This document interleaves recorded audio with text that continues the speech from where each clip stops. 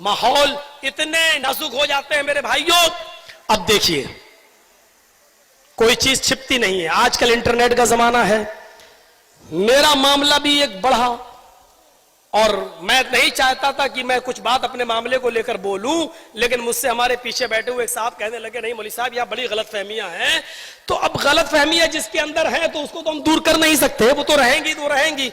लेकिन तसव्वुर कीजिए मेरे भाइयों कि इतनी जल्दी इंटरनेट का जमाना है और मैं शुक्रगुजार हूं बनारस की जमात का, मैं शुक्रगुजार हूं वहां के लोगों का। यकीन कीजिए, एक शख्स से हमारी इटावा में राजनीतिक लड़ाई कह लो, सियासी लड़ाई कह लो, ये 10 साल से चली आ रही है। बदकिस्मती से वो भी मौलवी है। नाम लेने की जरूरत नहीं है, आप लोग समझ गए होंगे। और उसने अपना वो चोला बदलता रहता है। मऊ में भी आया था, उसको देवबंदी लोग बुलाते हैं तो वो देवबंदी बन जाता है, बरेलवी बुलाते हैं तो वो बरेलवी बन जाता है, शिया बुलाते हैं तो वो शिया बन जाता है। इटावा में जैनियों ने बुलाया तो वो जैनी भी बन गया। और जहां शिवलिंग बनते हैं वहां जाकर वो माथा भी टेक लेता है और वो टीका भी लगा लेता है। उसको पैसा चाहिए एनजीओ के नाम पर कि मैंने इतने गैर मुस्लिमों को मुसलमान किया, मेरा इतना बड़ा एनजीओ चल रहा है, इतना बड़ा मदरसा, जबकि सब झूठ है, सब फराड है। चूंकि मैं पूरे मगरबी यूपी का अमीर हूं, मैं उसको तस्दीक लिख कर नहीं देता हूं। मैं कहता हूं तुम्हारे पास 2 बच्चे जब मदरसे में नहीं पढ़ रहे तो मैं क्यों लिख कर दूं। तो वो 10 साल से ये दुश्मनी चली आ रही है कि ये मेरा बाहर चंदा नहीं होने देता है, जहां होता है वहां रोक देता है, और जब कोई तलाश करने आता है मेरा मामला तो ये कह देता है यहां कुछ नहीं। तो बहुत से मामलात में उसने हमें फंसाना चाहा, लेकिन जब कोई दाल नहीं गली तो उसने बनारस की एक लड़की को, जो दिमाग से पागल है, 6 साल से उसका दिमाग का इलाज चल रहा है, वो फजर की नमाज पढ़कर, फजर की नमाज के टाइम अजान के बाद वो निकलती है और इटावा का वो मौलवी 4 लोगों के साथ 4 4 व्हीलर यानी 4 पहिए वाली गाड़ी लेकर गोल गड्ढा पे खड़ा हो जाता है और उस लड़की को फोन करके बुलाता है। वो लड़की सुबह फजर की नमाज के टाइम पर गोल गड्ढा पहुंचती है, जलालीपुरे की रहने वाली है, और उस लड़की को टाटा सोमो में अपनी 4 व्हीलर गाड़ी पर बिठाल कर इटावा लाता है। और 4 दिन उन 4 लोगों ने उसको अपने पास रखा, करहल, मैनपुरी और इटावा, उसको बहुत सी जगह घुमाया और उसको पढ़ाया, लिखाया, समझाया, उसके दिमाग में बात भर दी और वो उसको यहां भेज दिया ट्रेन पे बिठाकर।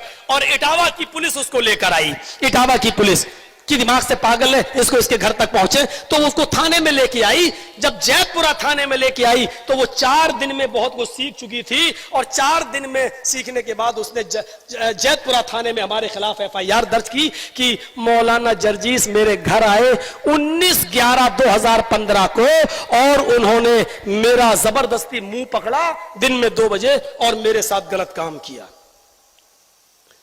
लेकिन अल्लाह जजाए खैर दे उसके माँ बाप को। उस लड़की को एक तरफ बिठाल कर जब उसके माँ बाप को बुलाया तो उसके माँ बाप से पूछा कि तुम मौलाना जर्जीस को जानते हो? और उन्होंने कहा कि हाँ, जलसा करने आते हैं, मैं जानता हूँ, मशहूर आदमी है।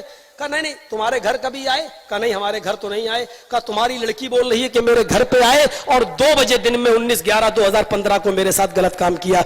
तो कहने लगे साहब वो तो दिमाग से पागल है, वो तो कई दिन घर से भाग जाती है और कई मर्तबा भागी है। अभी भी देखिए 4-6 दिन से गायब थी और मैंने इसलिए FIR नहीं की कि वो तो उसकी आदत है चली जाने की। हम मौलाना जर्जीस को बिल्कुल बेकसूर मानते हैं, वो हमारे घर कभी नहीं आए।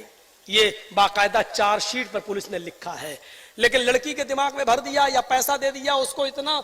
अब वो लड़की का जब 164 का बयान हुआ, कलम बंद बयान जिसको बोलते हैं, उसमें उस लड़की ने 15 दिन के बाद दूसरा बयान दिया। उसने मैं कहा मजिस्ट्रेट के सामने कि मौलाना जर्जीस कभी मेरे घर नहीं आए, मुझे बनारस में जब जलसा करने आते थे तो मुझे होटलों में बुलाते थे और होटल में मेरे साथ गलत काम करते थे और मैं 2 साल से मेरे साथ जबरदस्ती कर रहे हैं।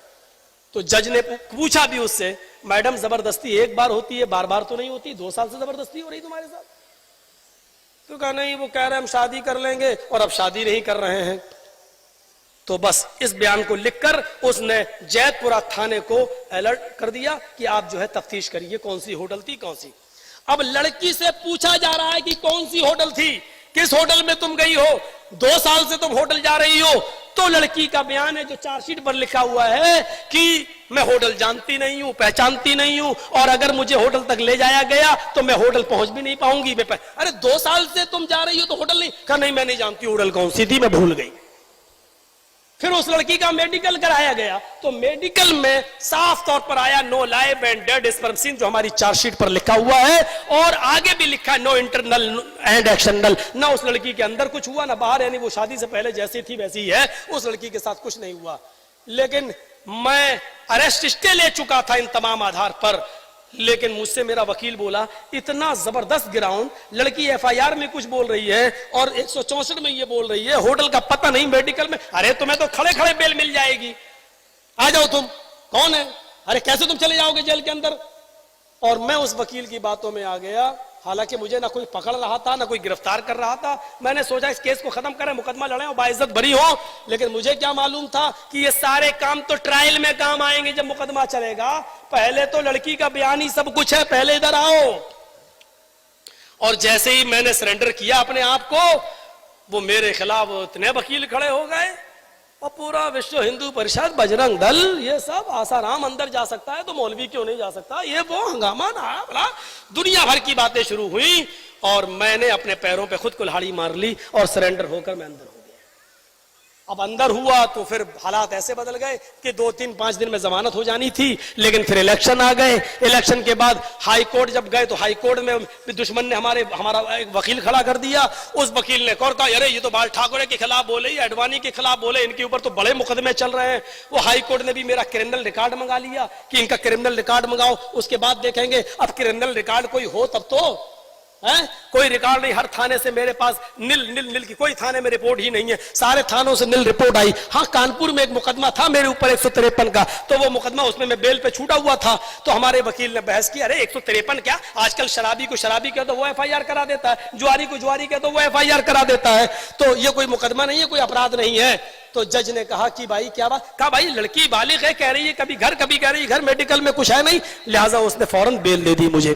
अब जब बेल मिली मुझे तो अब मेरा दुश्मन फिर चौकन्ना हुआ। अब तो बेल मिल गई, अब तो जर्जिस भी मेरे खिलाफ कुछ ना कुछ करेगा।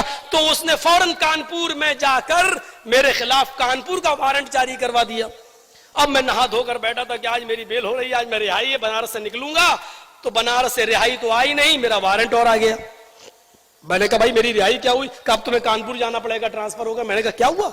कहा वहां भी कोई मुकदमा है। मैंने कहा जल्दी से उसने बताया, मैंने समझ गया पुराना मुकदमा है। मैंने कहा यार मैं तो बेल पे छूटा हुआ हूं।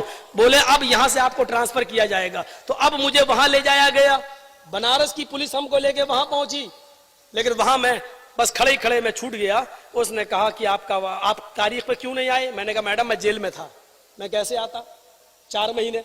तो आपके वकील को आप एप्लीकेशन लगाना चाहिए। मेरा वकील बोला मुझे भी नहीं मालूम था ये जेल में थे। मेरा वकील बोला मुझे भी क्या मालूम, आपने बताया कि मैं जेल में हूं। तो कहा कि चलिए कोई बात नहीं, आपकी बेल तो होगी, आप बेल पे छूटे हुए थे, ठीक है, लेकिन चूंकि जेल से छूट रहा हूं इसलिए जेल में जाना ही पड़ेगा 2 घंटे के लिए। फिर मैं कानपुर की जेल में गया। मेरे भाइयों, इस पूरी लड़ाई में ना लड़की के माँ बाप नहीं, सिर्फ उसी मौलवी का हाथ है जो बहरूपिया है, और वो आप लोगों तक भी चंदा वंदा करने आएगा। मैं पहले बता रहा हूं कि होशियार रहिएगा, मुझे भी अब आगे लड़ाई लड़ना है, कोई कंप्रोमाइज नहीं, कोई समझौता नहीं, मुकदमा लड़ूंगा। और इंशाअल्लाह मैं पहले भी कहा था और आज भी कह रहा हूं कि मैं इस मामले में, मैं शिया सुन्नी मामले में, अहले हदीस बरेलवी सुन्नी मामले में जेल में बहुत बार गया हूं और कभी डरा नहीं हूं, है? होता रहता है। लेकिन 376 केस में जाना बहुत बुरा होता है। और मैं अपनी जमात को भरोसा दिलाता हूं, अपनी जमात को खास तौर पर, इंशाअल्लाह मैं आपके सर को शर्म से झुकने नहीं दूंगा। कभी इस तरीके का मामला मेरे साथ इंशाअल्लाह नहीं देखोगे। ये इल्जामात वक्ती तौर पर हैं, कोर्ट में मुकदमा चलेगा, लड़की ना होटल साबित कर पाएगी, ना होटल में एंट्री साबित कर पाएगी, ना उसके घर में हमें कभी कोई बता सकता है कि मैं कभी गया हूं, और ना मेडिकल रिपोर्ट में कोई साबित कर सकता है कि मेरा काम किसी होटल में एंट्री नहीं, कभी उस लड़की की शक्ल तक नहीं देखी है। इंशाअल्लाह सच सच होता है और एक दिन ये सूरज की तरह चमकेगा। कुछ बदलियां आती हैं और सूरज को चमकने से रोक देती हैं, लेकिन सूरज फिर चमकता है, बदलियां फिर छटती हैं। वक्ती तौर पर कुछ परेशानियां हैं।